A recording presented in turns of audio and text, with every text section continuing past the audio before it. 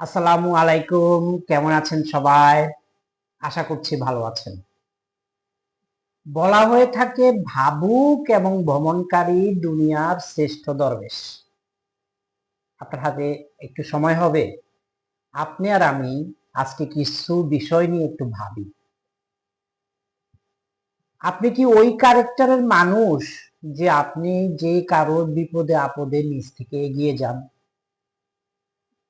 অহেতুক কোনো ভণ্ডামি করেন না বা মিথ্যার আশ্রয় নেন না?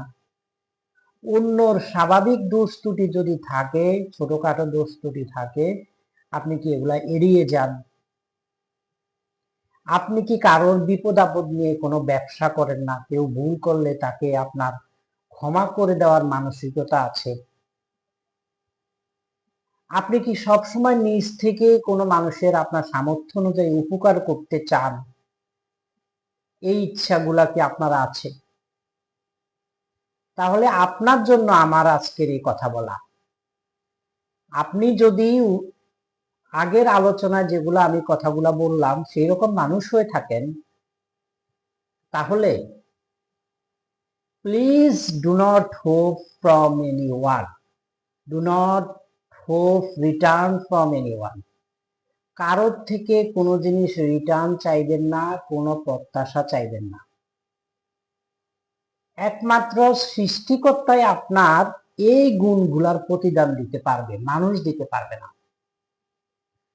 মানুষ সাধারণত মিনমিনিয়ে কথা বলতে পছন্দ করে, অন্যের বিপদে সর্বশেষে সে যাবে, কারোর বিপদ দেখলে সে বিপদটাকে আরো বাড়িয়ে দিবে, বিপদকে পুঁজি করে সে ব্যবসা করতে চাইবে।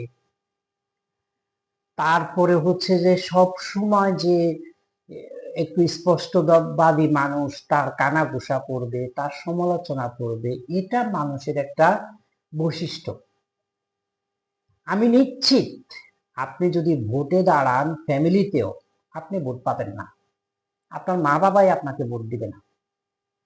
কারণ ঠোঁট কাটা মানুষ, স্পষ্টবাদী মানুষ, সৎ মানুষ এখন বেঁচে থাকাটা সম্মানের সহিত খুব কঠিন হয়ে গিয়েছে। কিন্তু তাই বলে কি আপনি এগুলা করবেন না?